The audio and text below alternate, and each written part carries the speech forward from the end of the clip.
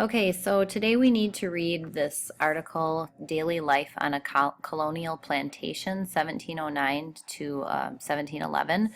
So the first thing I'm going to do is scroll down and read the questions that I have to answer.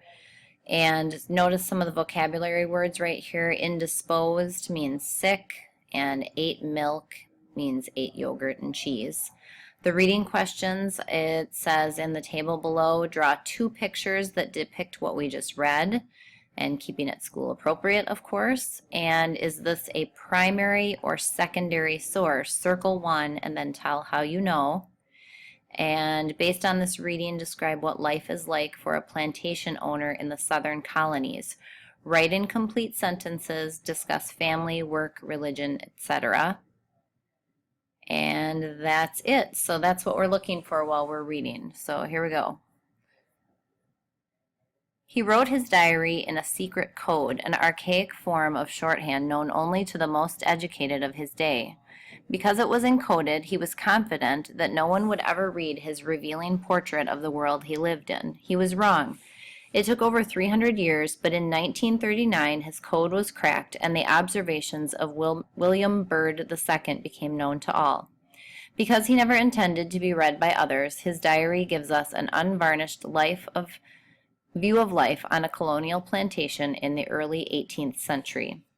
William Byrd was born in Virginia in 1674, but was soon taken to England where he was educated. He remained there until his father's death in 1704. He returned to the colony and took over the management of Westover, the family plantation on the James River.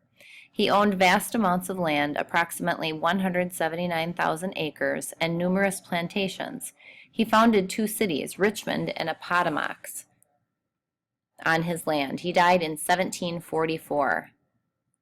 I'm not sure if I'm pronouncing that correct, but I will remember that word. Plantation life. Byrd kept a daily journal throughout most of his life. In the following entries, he reveals the routine of his daily life. February 8th, I rose at 5 o'clock this morning and read a chapter in Hebrew and 200 verses in Homer's Odyssey. I ate milk for breakfast. Oh, I remember that. It means ate cheese. I said my prayers. Jenny and Eugene, two house slaves, were whipped. I danced my dance, physical exercises. I read law in the morning and Italian in the afternoon. I ate tough chicken for dinner.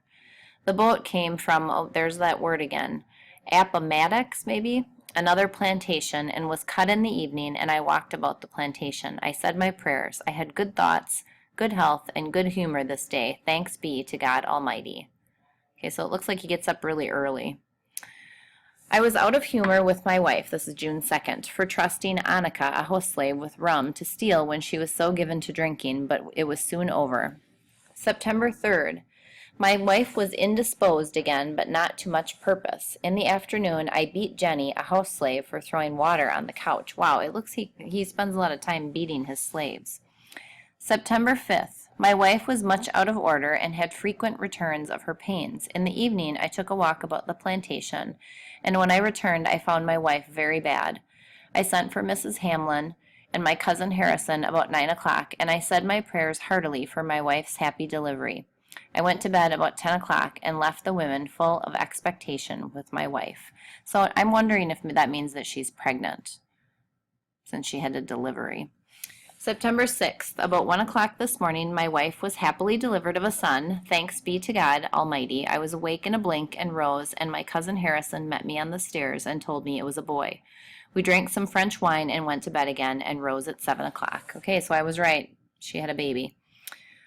October 6th, I rose at 6 o'clock and said my prayers and ate milk for breakfast. Then I proceeded to Williamsburg, where I found all well. I went to the capital, where I went for the wench to clean my room, and when she came, I kissed her, for which God forgive me. Then I went to see the president, whom I found indisposed in his ears.